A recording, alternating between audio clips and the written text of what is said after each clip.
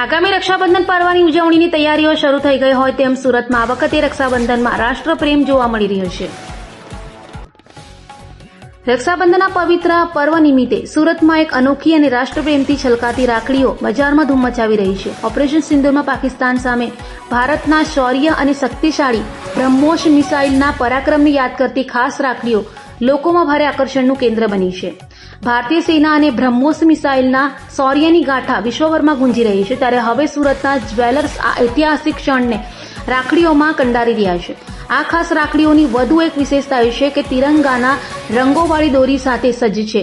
આ તિરંગાની દોરી ભારતીય હોવાનો ગર્વ અને રાષ્ટ્રપ્રેમનો સંદેશ આપે છે। વિશાલભાઈ જ્વેલર્સ ભેંસુથી દીપકભાઈ ચોકસી વાત કરું છું। દર વર્ષની જેમ કસ્ટમરની કંઈક ને કંઈક રક્ષાબંધન ઉપર માંગણી હોય છે કે તમે કંઈક નવું બનાવીને આપો, કંઈક નવું બનાવીને આપો।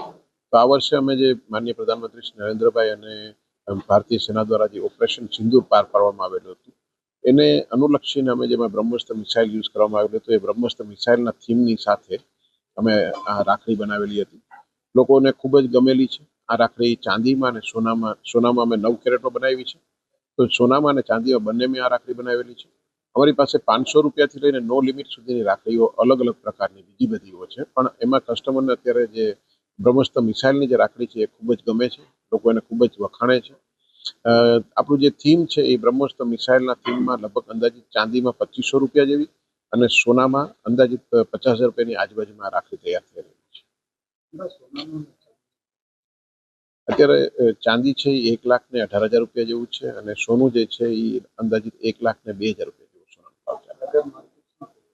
માર્કેટ ઓવરઓલ જોવા જાય તો સોના ચાંદીમાં બંનેમાં તેજી જ છે, પણ એકવાર થોડું એક સતત વધતી બજારની વચ્ચે એકવાર પાછું એક રિએક્શન આવે અને કરેક્શન આવે એવું લાગી રહ્યું છે। હા, ચોક્કસથી દિવાળીની આસપાસમાં તો સોનાનો ભાવ કદાચ વધારે જ હશે, પણ અત્યારે જે છે એ સ્ટેબલ રેટ કહી શકાય।